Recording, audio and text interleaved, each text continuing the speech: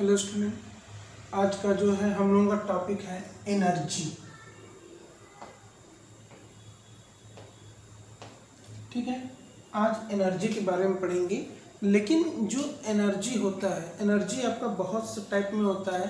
इस चैप्टर में हम केवल और केवल मैकेनिकल एनर्जी का बात करेंगे।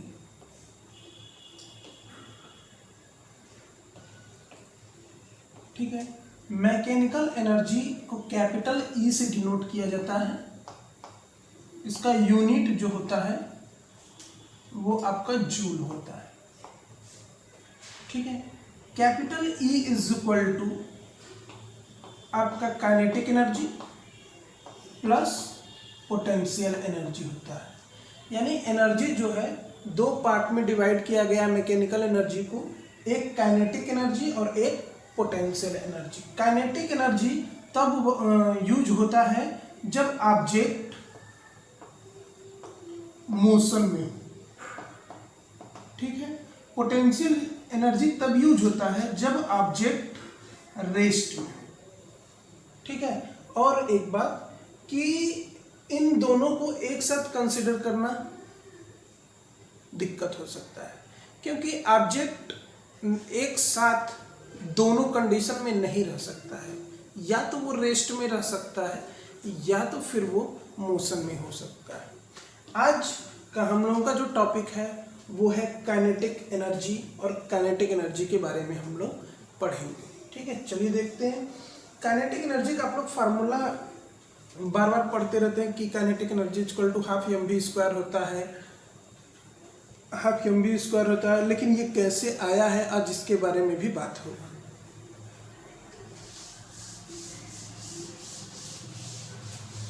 तो आज का हेडिंग है आपका काइनेटिक एनर्जी।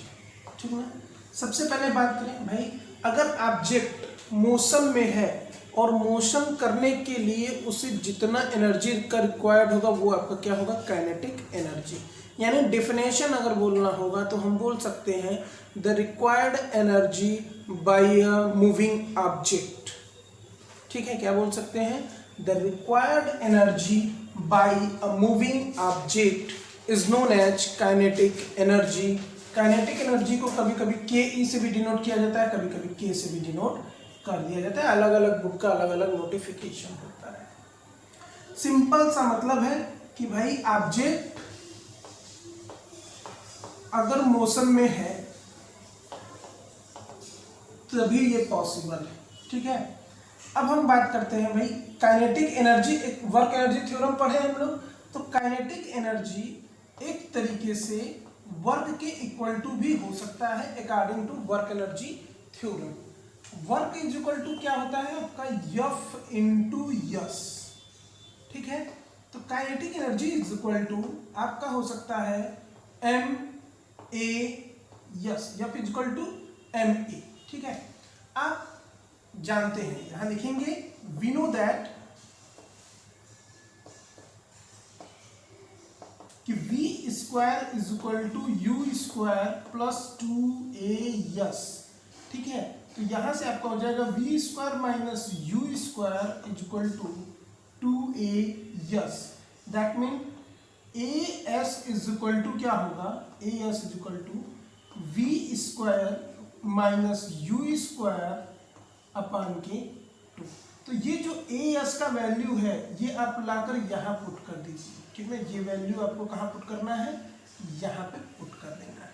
तो देखिए kinetic energy is equal to आपको क्या मिल जाता है, m हो गया यहाँ पे इनटू ए एस की जगह ये वैल्यू पुट कर दीजिए, v square minus U square upon के 2। ठीक है, तो kinetic energy is equal to क्या हो जाएगा, 1/2 M V square minus 1/2 M U square. Kinetic energy का मेन फार्मूला ये होता है। ठीक है ना, जो आप लोग बोल देते हैं कि half M V square, half M V square. ठीक है, लेकिन हाफ एम वी स्क्वायर होता है लेकिन वो एक कंडीशन में होता है। ठीक है, एग्जैक्ट फार्मूला काइनेटिक एनर्जी का ये होता है। ठीक है, अब कौन सा कंडीशन है भाई जिसमें हाफ एम वी स्क्वायर होता है, तो आप देख सकते हैं यहां बोल देंगे कि ऑब्जेक्ट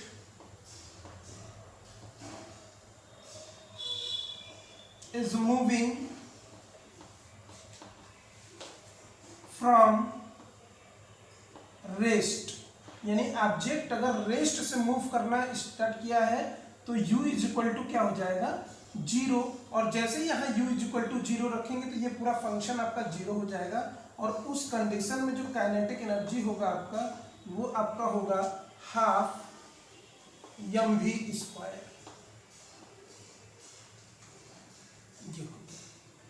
ठीक है, kinetic energy is equal to half mv square. और ये फार्मूला आप कब यूज करेंगे, जब object is moving from rest, यानी कोई भी ऑब्जेक्ट अगर रेस्ट से स्टार्ट किया है मोशन करना, उस कंडीशन में काइनेटिक एनर्जी अगर आपसे पूछा जाएगा तो आप बोलेंगे हाफ mv स्क्वायर। ठीक है, लेकिन अगर एग्जैक्ट में काइनेटिक एनर्जी का फार्मूला पूछा जाएगा तो आप बोलेंगे half mv square minus half mu square.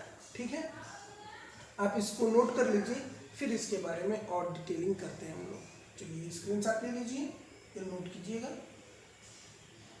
Okay,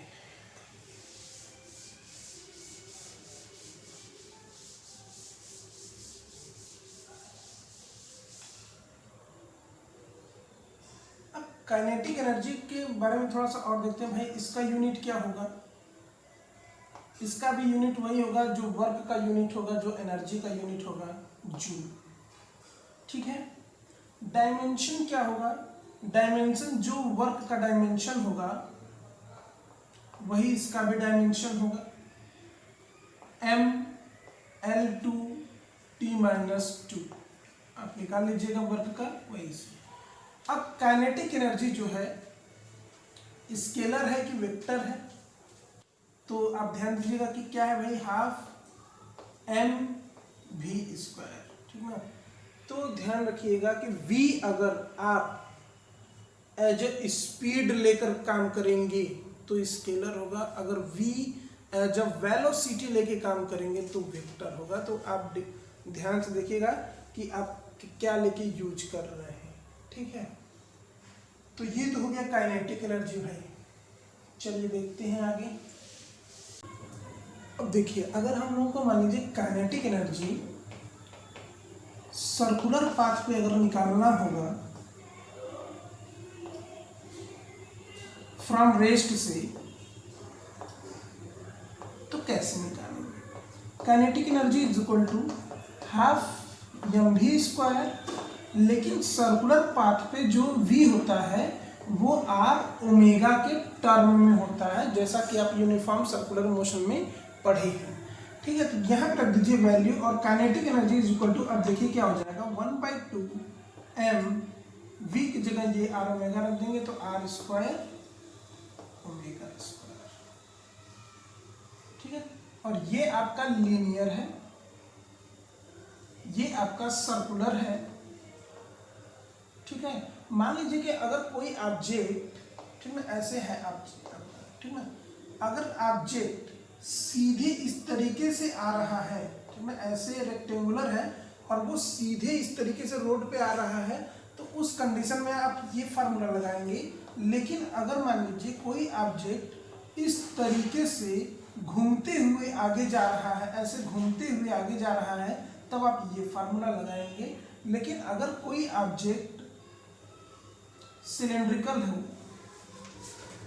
ठीक है, वो स्लाइड करते हुए, ठीक ना, मतलब रोलिंग फ्रिक्शन, एक तरीके से रोलिंग जब होगा तब क्या कंडीशन होगा। तो रोलिंग में क्या होता है कि हम काइनेटिक एनर्जी अगर रोलिंग के लिए निकालेंगे तो linear kinetic energy plus kinetic energy circular का क्या करेंगे, ऐड कर देंगे, तो रोलिंग का काइनेटिक एनर्जी मिल जाएगा। यानी कि kinetic energy of rolling is equal to half mv square plus half mr square omega square.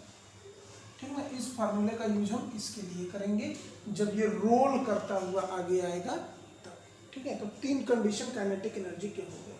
कभी कभी क्या होता है कि काइनेटिक एनर्जी को मोमेंटम से रिलेट कर दिया जाता है। तो उस कंडीशन में हम क्या करेंगे वो देखते हैं।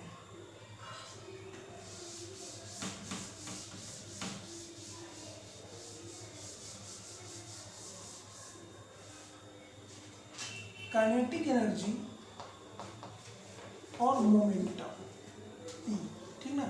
Kinetic energy is equal to, अब जानते हैं कि क्या होता है, हाफ mv² होता है, और मोमेंटम इज इक्वल टू अब जानते हैं क्या होता है, mv होता है, ठीक ना।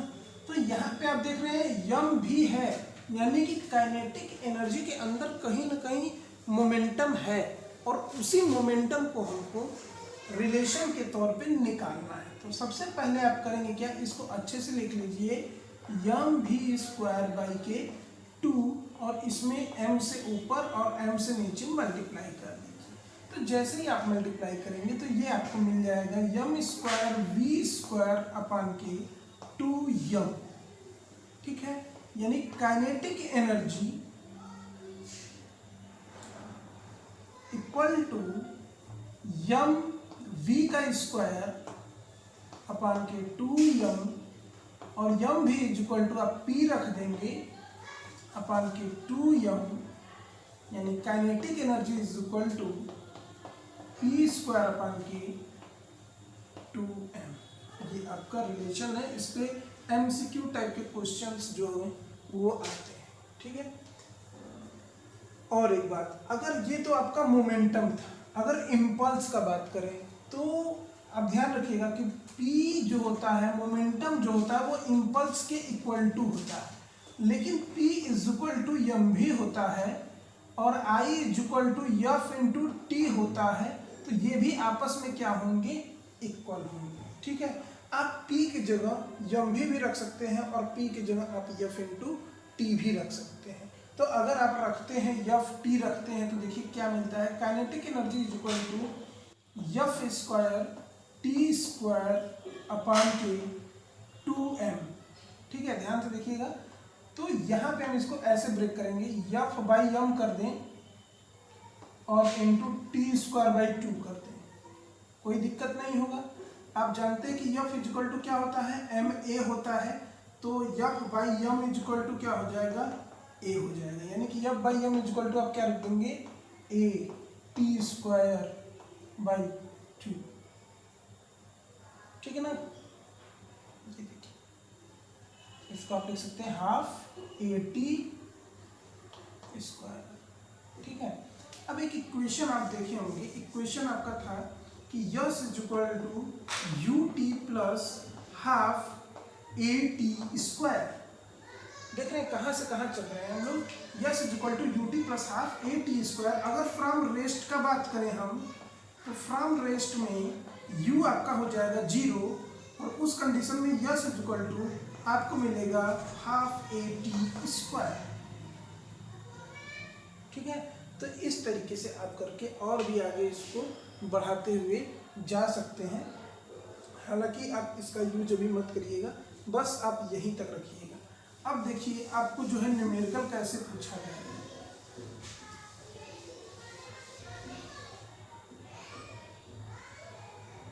दो टाइप में न्यूमेरिकल हम यहाँ पे कराएंगे, एक काइनेटिक एनर्जी से और एक आपका मोमेंटम और काइनेटिक एनर्जी से। पहला न्यूमेरिकल है आपका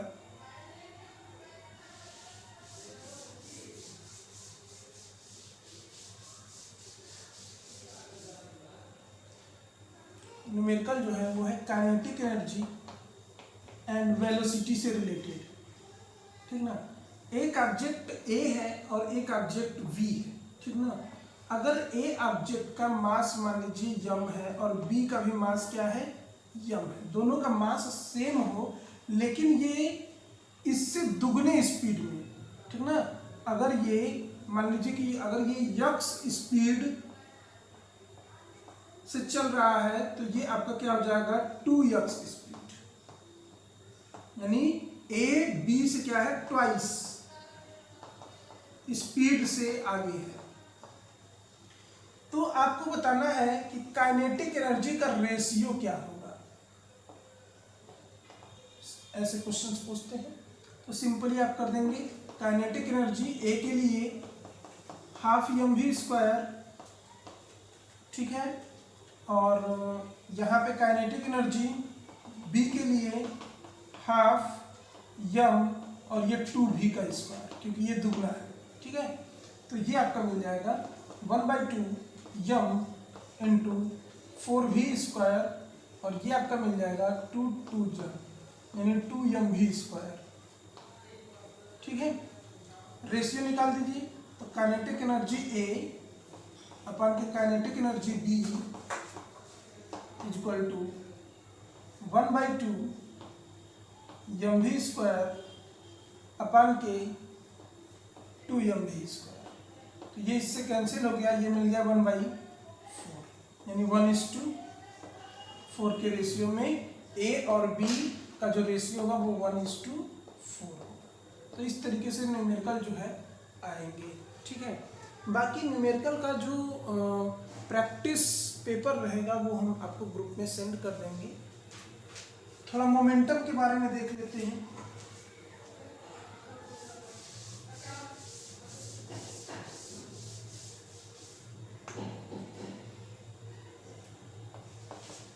If two objects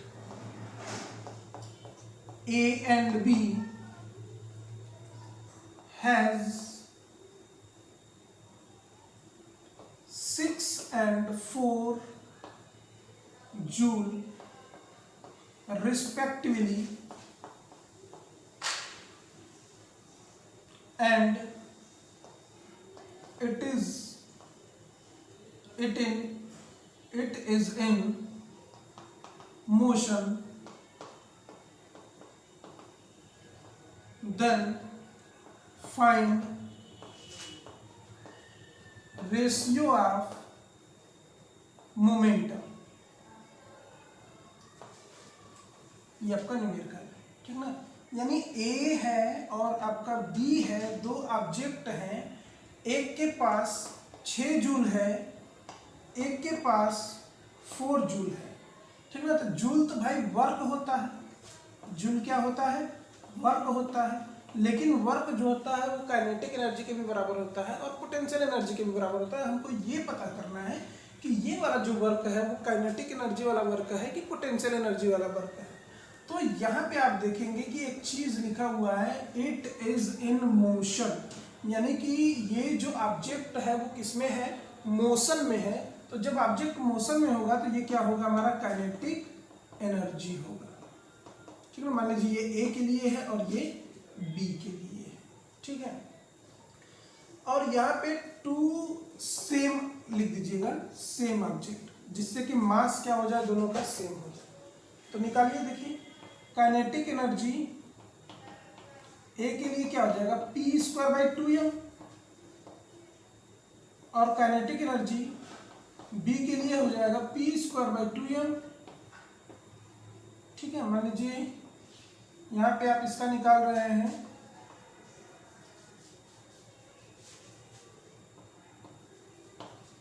तो यहां से p² A के लिए क्या हो जाएगा, 2m ke, 2m ke कितना है A के लिए भाई 6 यानी 12m, ठीक है। B के लिए अगर हम निकालें तो p²B = हो जाएगा आपका 2m ke B, यहाँ पे A है, ठीक है। 2m इंटू इसके लिए ke जो दिया गया 4 दिया गया यानी 8m, ठीक है। अब निकाल दीजिए p²A अपन के p²B = p²A का वैल्यू है 12m और इसका वैल्यू है 8m, m से m कैंसिल हो गया, 4 से कट कर दीजिए, 2 बार में जाएगा, ये 3 बार में जाएगा, यानी p² A अपन के p²B = 3/2। लेकिन ये स्क्वायर वाला फॉर्मेट है, इसको आप इस तरीके से करिए, PA अपन के PB = √3/2। ये इस तरीके से क्वेश्चंस को क्या करना है, सॉल्व करना है। तो काइनेटिक एनर्जी से और ज़्यादा रिलेटेड कुछ नहीं है। काइनेटिक एनर्जी से दो ही टाइप के क्वेश्चंस पूछेंगे आपको, या तो लीनियर में रहेगा तो हाफ एम वी स्क्वायर, और मान लीजिए कि अगर इनिशियल और फाइनल वेलोसिटी दोनों दिया गया तो half M V square minus half M U square का यूज करेंगे, और फ्रॉम रेस्ट हो जाएगा तो यू जीरो हो जाएगा तो हाफ एम वी स्क्वायर हो जाएगा। एक इस पे न्यूमेरिकल आ सकता है आपका, दूसरा जो है आपका न्यूमेरिकल मोमेंटम से आ सकता है, जिसका कि हम लोग डेरिवेशन यहाँ पे किए हैं कि kinetic energy is equal to P square upon के 2m होता है। ठीक है, तो इस तरीके के न्यूमेरिकल आएंगे। नेक्स्ट आपका जो वीडियो बनेगा उसमें आपको हम पोटेंशियल एनर्जी से रिलेटेड सारी चीज़ें बताएंगे। ठीक है, तो पोटेंशियल एनर्जी के बाद फिर हम लोगों का न्यूमेरिकल होगा और फिर पावर के बारे में बातचीत होगा। तो आज के लिए इतना ही।